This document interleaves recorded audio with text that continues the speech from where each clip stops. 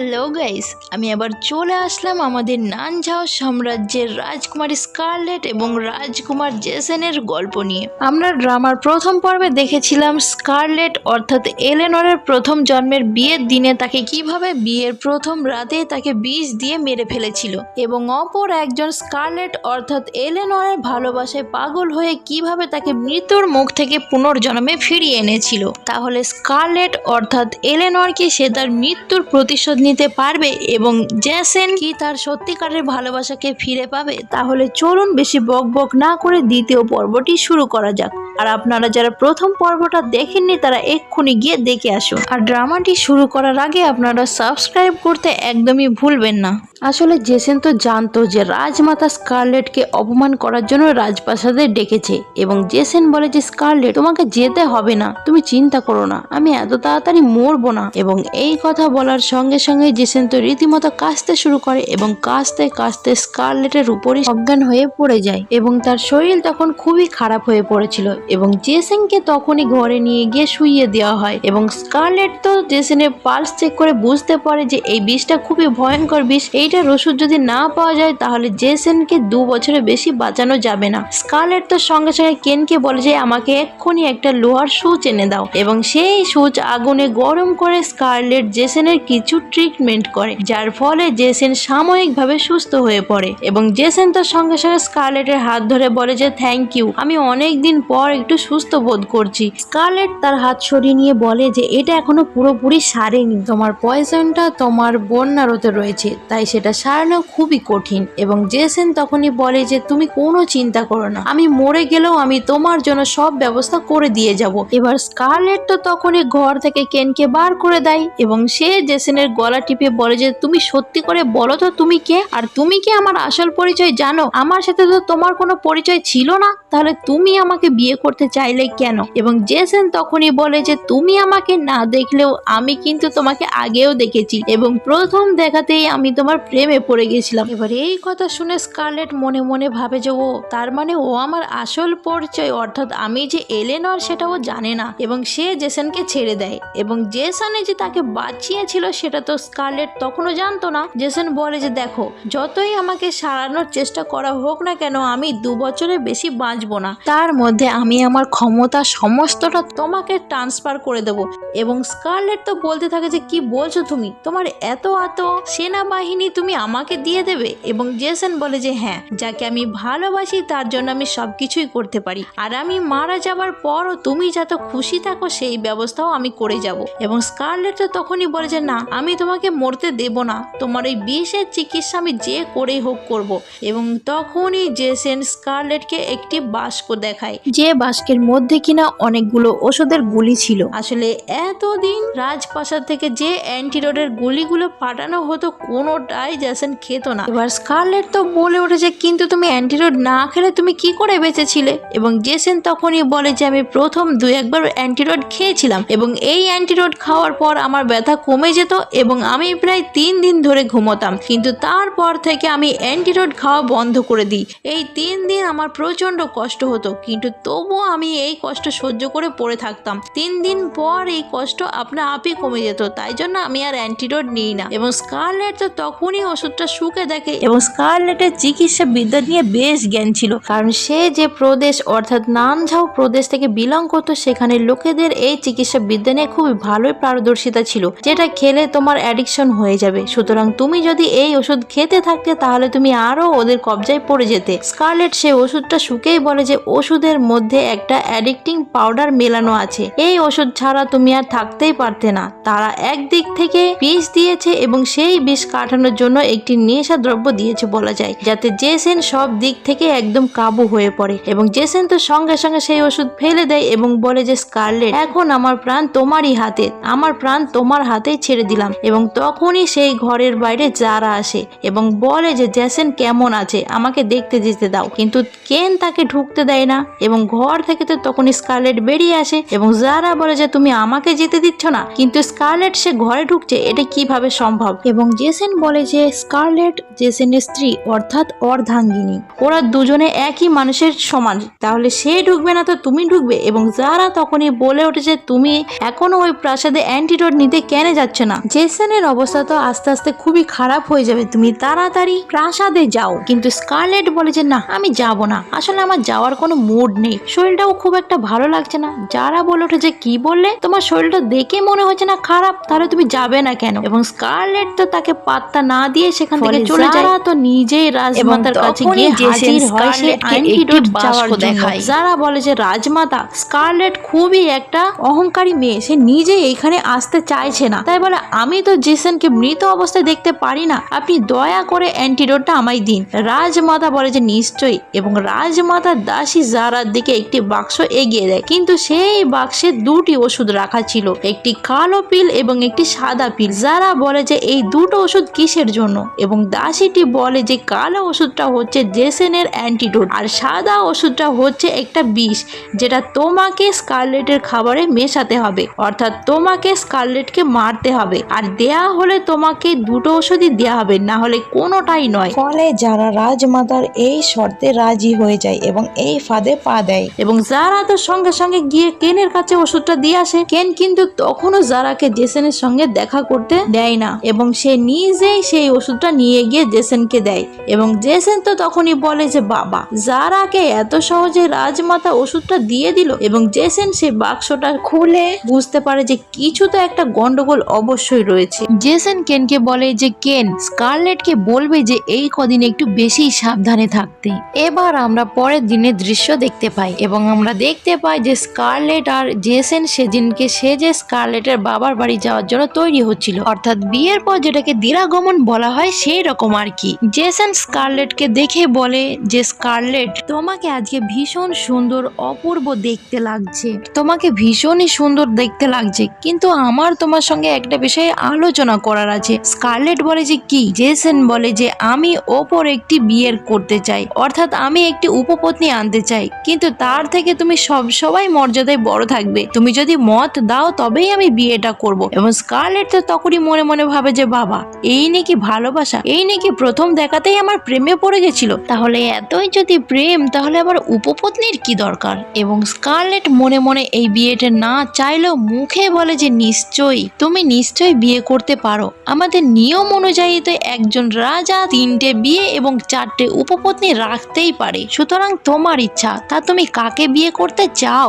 তোমার ওই কাজিন জারাকে? তখনই জেসন বলে ওঠে যে না, আমি নানঝাও সাম্রাজ্যের রাজকুমারীকে বিয়ে করতে চাই। আসলে সেই প্রদেশের সাথে আমাদের প্রদেশের সঙ্গে কিছু না কিছু নিয়ে সবসময় ঝামেলা লেগেই আছে, তা সেই ঝামেলা মেটানোর জন্যই আমি ভাবছি যে ওদের সঙ্গে কিছু একটা চুক্তি স্থাপন করি। আসলে নানঝাও সাম্রাজ্যের রাজকুমারী তো স্কারলেট নিজেই অর্থাৎ এলেনর ছিল। এবং তখনই জেসন বলে যে আসলে কি বলতো, নানঝাও সাম্রাজ্যের রাজকুমারী তো মারা গেছে, এবং সে মারা যাওয়ার পর তাদের প্রদেশের অবস্থা ভীষণই বাজে, সুতরাং তাদের কোনো রাজকুমারীকে বিয়ে করেই আমি চুক্তি স্থাপন করতে চাই, যাতে তারাও শান্তিতে থাকতে পারে এবং আমিও শান্তিতে থাকতে পারি। কিন্তু তুমি চিন্তা করো না, তোমার স্থান সব সময় তার উপরেই থাকবে। আসলে এই সমস্ত কিছু বলার পিছনে জেসনের অন্য প্ল্যান ছিল। এবার জেসন আর স্কারলেট তো ডিউক জেন অর্থাৎ স্কারলেটের বাবার বাড়িতে এসে পৌঁছায়, এবং সেখানে আমরা স্কারলেটের বাবা, তার দাদি এবং তার মাকে দেখতে পাই। স্কারলেট বলে যে আমি এখানে কোনো রকমের খাওয়ার বা ফিস্ট করতে আসিনি,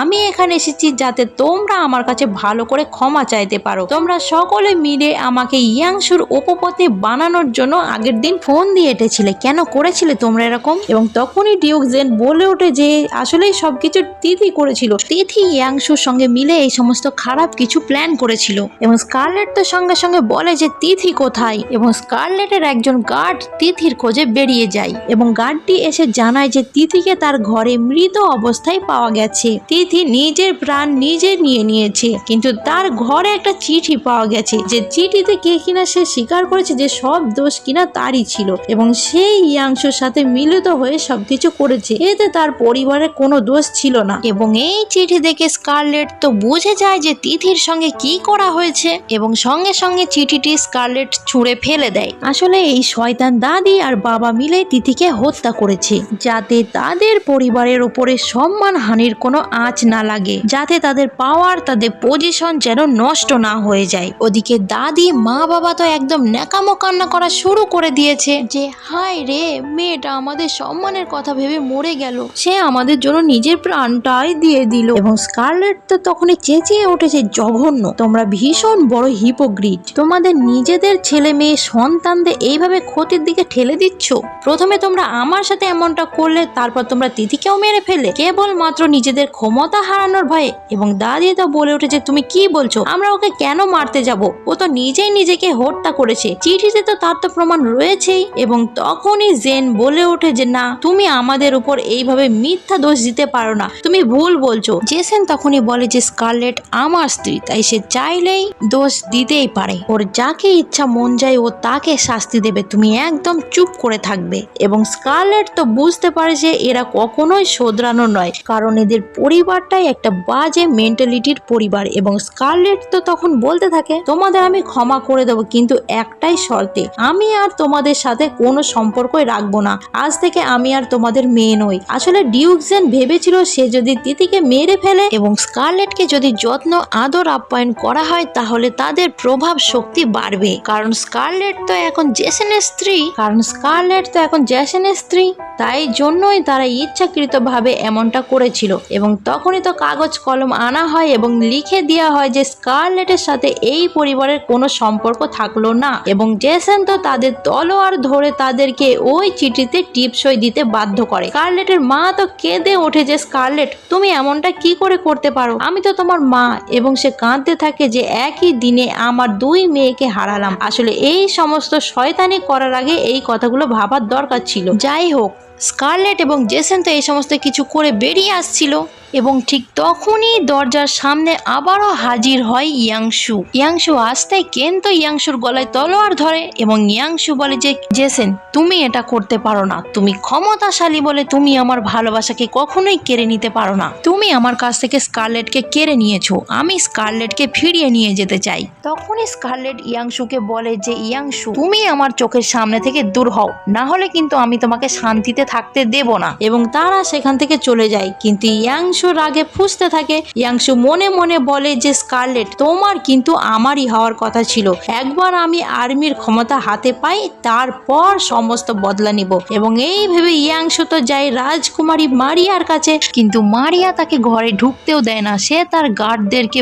বলে ইয়াংশুকে রীতিমতো দিয়ে সেখান থেকে বার করে দেয়। মারিয়া বলে যে তোমাকে আমি বিয়ে করব, ঠিক আছে করব, কিন্তু তোমাকে আমি একটা শর্তেই বিয়ে করব, তোমার সঙ্গে সঙ্গে আমি তোমার দুই ভাইকেও বিয়ে করব। এবং ইয়াংশু তো বলতে থাকে যে এটা কিভাবে সম্ভব, আমি আমার নিজের স্ত্রীকে আমার দুই ভাইয়ের সঙ্গে কি করে ভাগ করে নেব, এটা তো কখনোই হতে পারে না। এবং তখনই মারিয়া বলে যে তাহলে তো বিয়ের কোনো প্রশ্নই উঠছে না, যে মানুষ নিজের হবু স্ত্রীকে অন্যদের হাতে তুলে দেয় তার মতো নিকৃষ্ট মনের মানুষকে আমি বিয়ে করতে চাই না। এবং এই বলে মারিয়া তো সেই বিয়ে ভেঙে দিয়ে সেখান থেকে চলে যায়। এবং যার জন্য ইয়াংশু স্কারলেটকে অপদস্থ করেছিল, তাকে অ্যাসল্ট করেছিল, সেই মেয়েটিও ইয়াংশুর সঙ্গে বিয়ে ভেঙে দেয়। ইয়াংশুর একুলো গেল এবং ওকুলো গেল। এবং আমরা তো আগেই দেখেছিলাম যে মারিয়াকে স্কারলেট চিঠি লিখে সবকিছু জানিয়েছিল এবং তাই জন্যই মারিয়া বিয়েটা ভেঙে দেয়। এবং এই খবর তো রাজমাতার কাছে পৌঁছে যায়। রাজমাতা এই খবর শুনে প্রচন্ড রেগে যায়। রাজমাতা বলে ওঠে যে এটা কিভাবে সম্ভব, ইয়াংশু আমার ভাতিজা, ওর সঙ্গে মারিয়া বিয়ে ভেঙে দিল। এবং রাজমাতা তো আরো জানতে পারে যে আগের দিন স্কারলেট কিভাবে ইয়াংশুকে পিটিয়ে তার রীতিমতো হাত ভেঙে দিয়েছিল। এবং সেই কথা শুনে রাজমাতা তো আরো মাথা খারাপ হয়ে যায়। রাজমাতা বলে যে ইয়াংশুকে আমি ছোট থেকে বড় হতে দেখলাম, আর স্কারলেট ওর হাত ভেঙে দিল, আমি ওকে ছাড়বো না, এক্ষুনি জারাকে গিয়ে বলো যে ওর কাজ ও কবে করবে, ও যদি স্কারলেটকে মারতে না পারে তাহলে আমি দুজনকে একসাথেই নরকে পাঠাবো। ফলে জারা তো ভয়ে ভয়ে কাজে লেগে পড়ে এবং সে কিছু রান্না বান্না স্কারলেটের জন্য নিয়ে আসে। সে বলে যে স্কারলেট, আমি তোমার জন্য রান্না করে এনেছি, আসলে অনেকদিন তো আমাদের একসঙ্গে বসা হয়নি। কিন্তু স্কারলেট তো ভালো করে বুঝতে পেরেছিল যে এটা তার একটা চাল এবং সে জোর করে সেই রান্নায় জারার মুখে ঢুকিয়ে দেয়। সে বলে যে তুমি আগে নিজে খাও, তারপরে না হয় আমি খাবো। এবং জারা তো সেই বিষাক্ত খাবার খেয়ে প্রায় অসুস্থই হয়ে পড়েছিল, কিন্তু সে তখনই একটা ছুরি বার করে স্কারলেটকে মারতে যায়। কিন্তু ততক্ষণে সেখানে জেসন চলে এসেছিল। জেসন তো জানতো যে জারা এখানে নিশ্চয় কোনো না কোনো শয়তানি করবেই। এবং জেসন বলে যে যারা, স্কারলেট আমার স্ত্রী, ওর গায়ে হাত দেওয়ার সাহস কারোর হয় কি করে? আমাকে সত্যি করে বলো যে ওকে বিষ দেওয়ার কথা তোমাকে কে বলেছিল, তোমাকে কে এই নির্দেশ দিয়েছে? এবং যারা বলে যে রাজমাতাই আমাকে এমনটা করতে বলেছে। এবং জেসেন তো সঙ্গে সঙ্গে যারাকে প্রাসাদ থেকে তাড়িয়ে দেয় এবং তাকে নির্বাসিত করে দেয়। এবার জেসেন তো স্কারলেটকে বলে যে তুমি আর কোনো চিন্তা করো না, আমি যারাকে এখান থেকে তাড়িয়ে দিয়েছি, ও আর কোনোদিনও তোমাকে জ্বালাতন করতে পারবে না। নানঝাও প্রদেশ থেকে লোকেরা রওনা দিয়েছে, তারা কিছুদিনের মধ্যেই এখানে চলে আসবে। এবার নানঝাও প্রদেশের কথা শুনে তো স্কারলেটের মনটা কেমন করে ওঠে। কারণ যতই হোক সে তো এলেনরের নিজের জায়গা। স্কারলেট বলে যে কারা কারা আসছে এবং জেসেন তখনই বলে যে কেন, একজন সুন্দর রাজকুমারী আর ওদের কিছু দূত হবে হয়তো। স্কারলেট বলে যে দূতদের মধ্যে কারা আছে, তাদের মধ্যে কি জানফো আছে? আসলে সে তো জানফোর থেকে বদলা নেওয়ার উতলরা ছিল। এবং তখনই সেখানে স্কারলেটের একটি গার্ড আসে এবং গার্ডটি এসে বলে যে ম্যাডাম, চারিদিকে নানা রকমের রটনা ছড়িয়ে পড়েছে যে আপনি জেসেনকে বিয়ে করেছেন যখন আপনি পবিত্র ছিলেন না, দস্যুরা আপনার সম্মান হানি করেছিল। এই সমস্ত কথা বাজারের চারিদিকে ছড়িয়ে পড়েছিল। জেসেন বলে যে সেই সব কিছু নিয়ে তোমাকে চিন্তা করতে হবে না, সেই ব্যবস্থা আমি করছি। এবার আমরা পরের দিনের দৃশ্য দেখতে পাই। স্কারলেট তো একটি ওষুধ বানিয়ে জেসেনের কাছে পাঠায়, যেটাখানে তার বিষ কমাতে সাহায্য করবে। এবং তারপরই সেখানে কেন আসে এবং কেন স্কারলেটের জন্য কিছু বিষাক্ত পোকা নিয়ে আসে। পোকাগুলো স্কারলেটের ওষুধ বানানোর কাজে লাগতো। এবং তখনই কেন স্কারলেটের সামনে বউ করে বলে যে ম্যাডাম, আপনি যে করেই হোক, না হলে মাস্টার মারা যাবে এবং আমি আপনার সারা জীবন দাস হয়ে থাকবো। স্কারলেট বলে যে আমি নিশ্চয়ই চেষ্টা করব, কিন্তু এই ওষুধ বানানোর পদ্ধতিটা খুবই ভয়ঙ্কর ছিল এবং এই ওষুধ বানানোর জন্য কারোর হৃদয়ের রক্ত প্রয়োজন হতো। এবং স্কারলেট তখনই একটা ছুরি দিয়ে নিজের হৃদয়ে আঘাত করে এবং সেই রক্ত সেই পোকার যে পাত্রটা ছিল সেই পাত্রে ফেলতে থাকে। এবং কিছুক্ষণ পর স্কারলেট তার গার্ডের সঙ্গে বাজার এলাকায় যাওয়ার কথা বলে, কারণ এই ওষুধ বানানোর জন্য তার কিছু ভেষজ দ্রব্যের প্রয়োজন ছিল।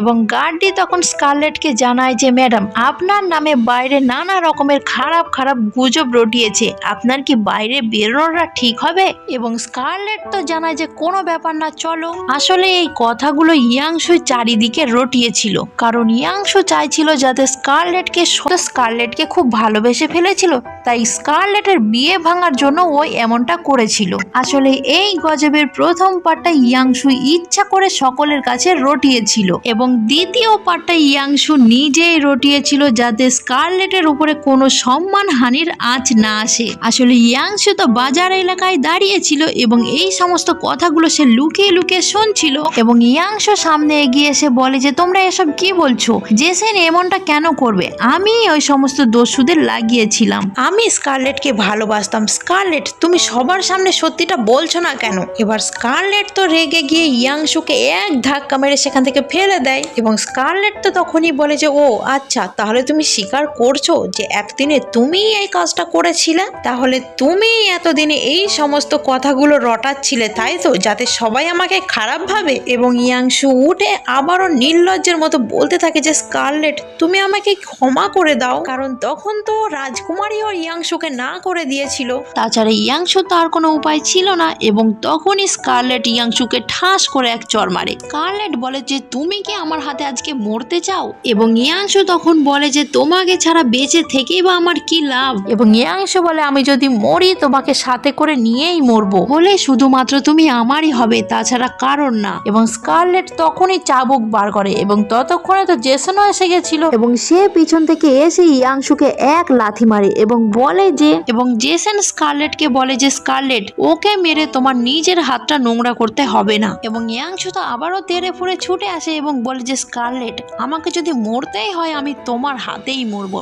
কিন্তু জেসন তখনই তার গলা টিপে বলে যে না, স্কারলেটের হাতে তোমাকে মরতেও দেব না, কারণ তাহলেও স্কারলেট তোমাকে মনে রাখবে। এবং জেসন সেখান থেকে ইয়াংশুকে সরিয়ে দেয় এবং জেসন তো তারপর রুমাল বার করে হাতও মুছে নেয় এবং তার গার্ডরা তখনই ইয়াংশুকে ধরে নিয়ে চলে যায়। কিন্তু তখনই স্কারলেটের শরীর হঠাৎই খুবই খারাপ হয়ে পড়ে এবং সে সেখানেই অজ্ঞান হয়ে পড়ে এবং জেসন তাকে বাড়ি নিয়ে আসে আসে। আসলে কিছুক্ষণ আগে স্কারলেট তার হৃদয়ে থেকে রক্ত বার করেছিল। এবার স্কারলেটকে এরকম অবস্থায় দেখে জেসন তো খুবই চিন্তিত হয়ে পড়েছিল এবং বারবার বলতে থাকে যে এলেনর, তোমাকে আমি আরো একবার হারাতে চাই না। মানে জেসনের মুখ থেকে চিন্তায় স্কারলেটের আসল নামটা বেরিয়ে গেছিল। এবার চিকিৎসক এসে স্কারলেটকে চেক করে এবং চিকিৎসক জানায় যে স্কারলেটের হার্টে ক্ষত রয়েছে, কিন্তু এটা কি থেকে হয়েছে, কিভাবে হয়েছে সেটা তো জানা যায় না। এবং জেসন তো স্কারলেটের গার্ডদের উপর রাগ করতে থাকে যে তোমাদেরকে গার্ড হিসেবে রাখা কি করতে থাকে এখানে, তোমরা কি